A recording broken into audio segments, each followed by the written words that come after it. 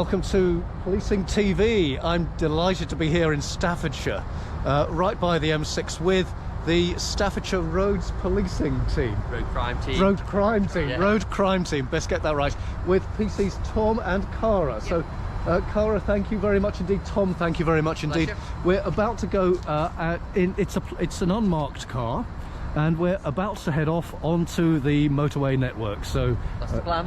Off we go. Okay, so you're in one of our unmarked XC90s that we use on the motorway network as part of one of our core cars.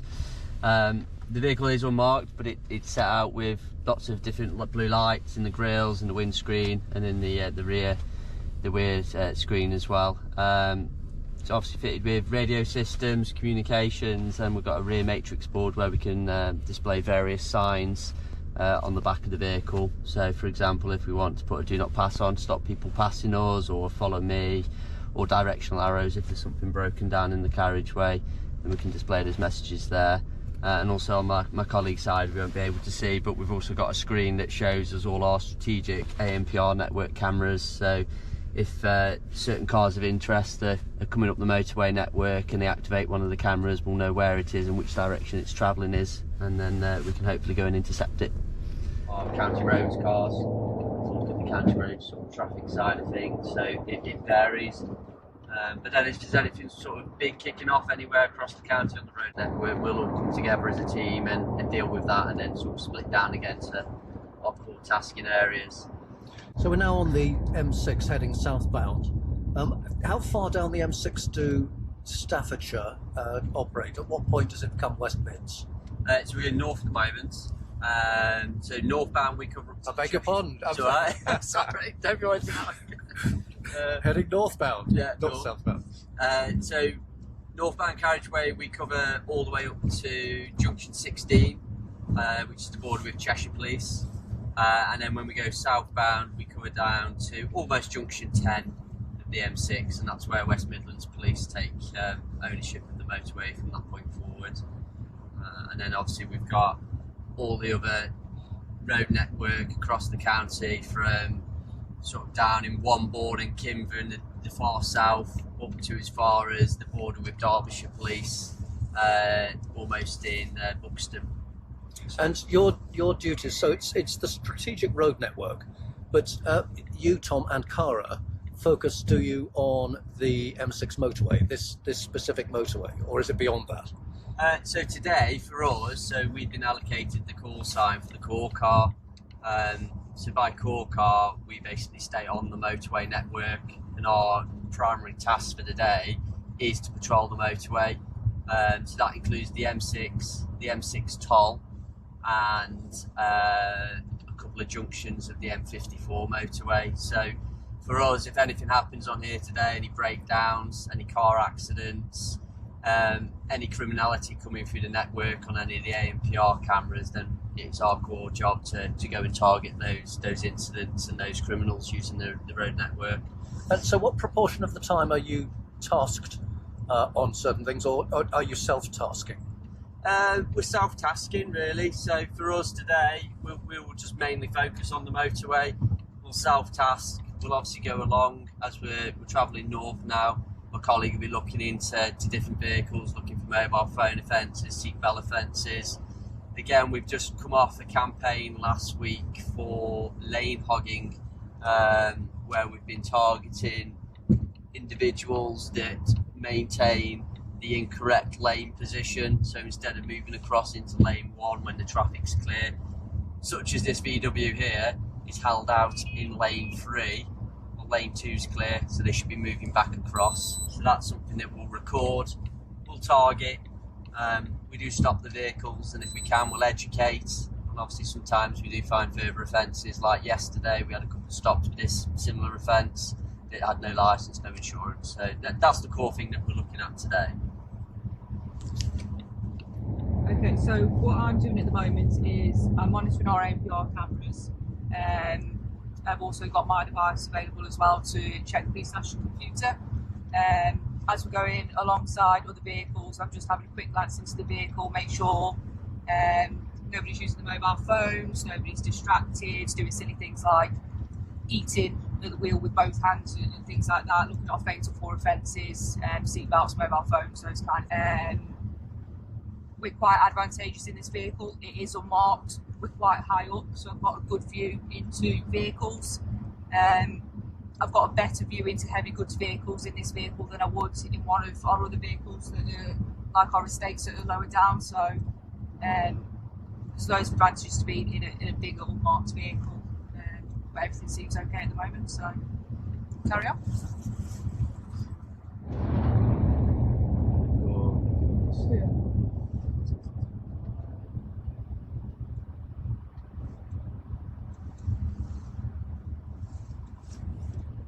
So whilst we are unmarked, as they've come past them, they've had a good look into our vehicles, so they'll be fully aware that we're here now and that we're police.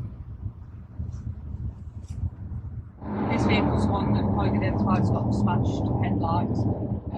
Obviously they've come past us, they know that we're here, that we're police, so we're just going to use our matrix boards in the back to display a follow me message so we can safely bring them off into the services and have a chat with them there.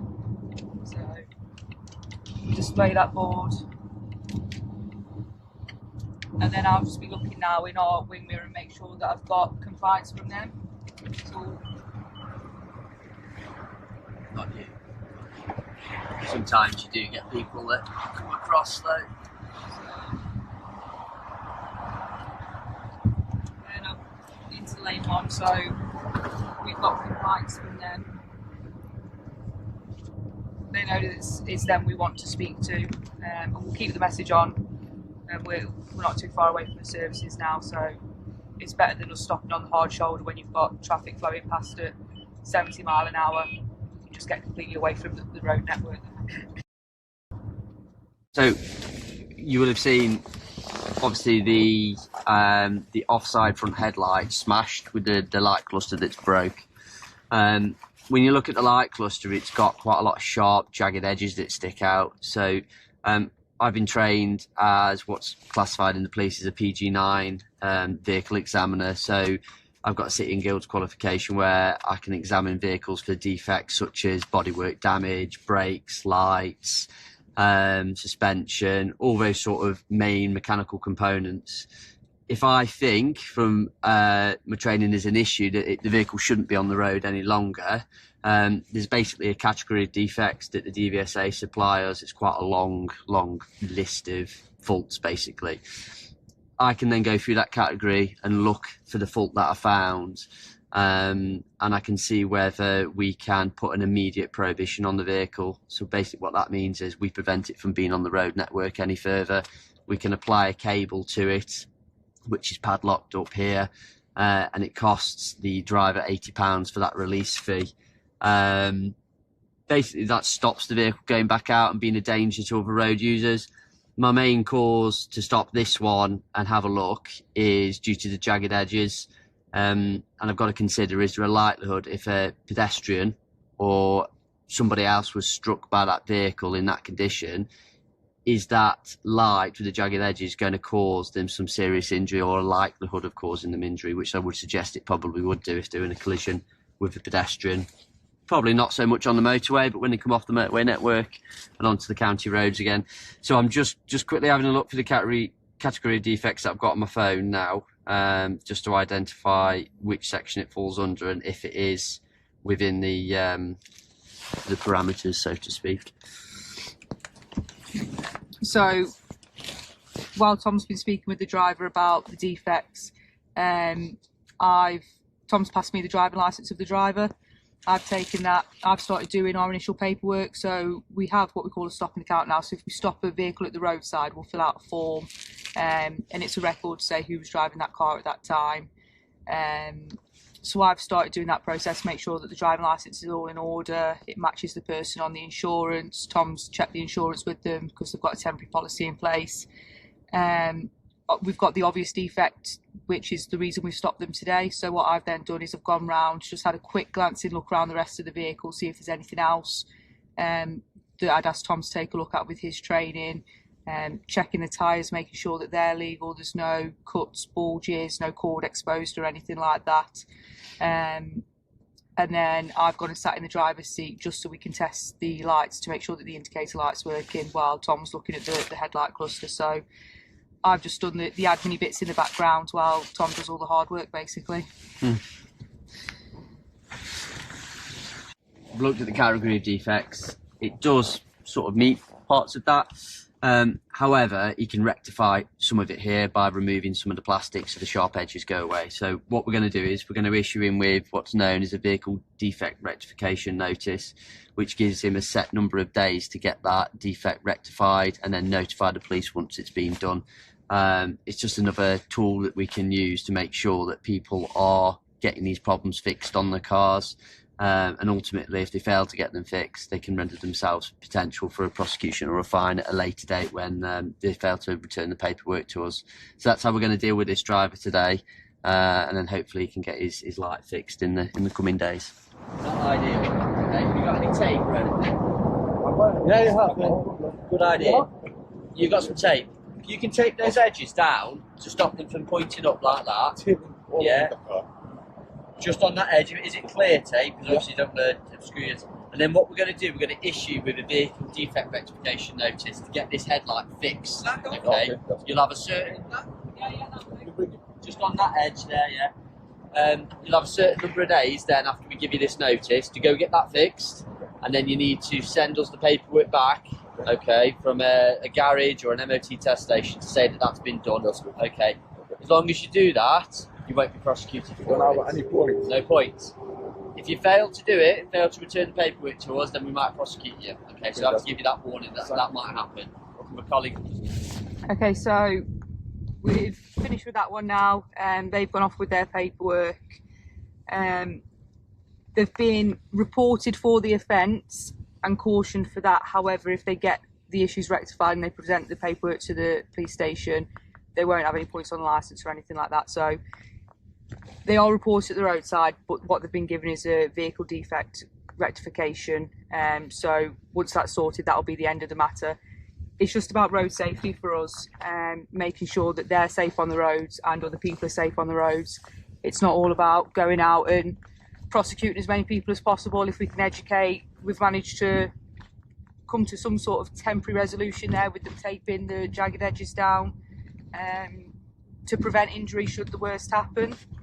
So they can carry on they've not got too far to go. They can carry on the rest of their journey now. We're happy that they'll be doing that safely and their next journey will be safe because they will have rectified their defects. So it's a good one for us. We can educate and do our bits without upsetting people and prosecuting people unnecessarily. So on to the next.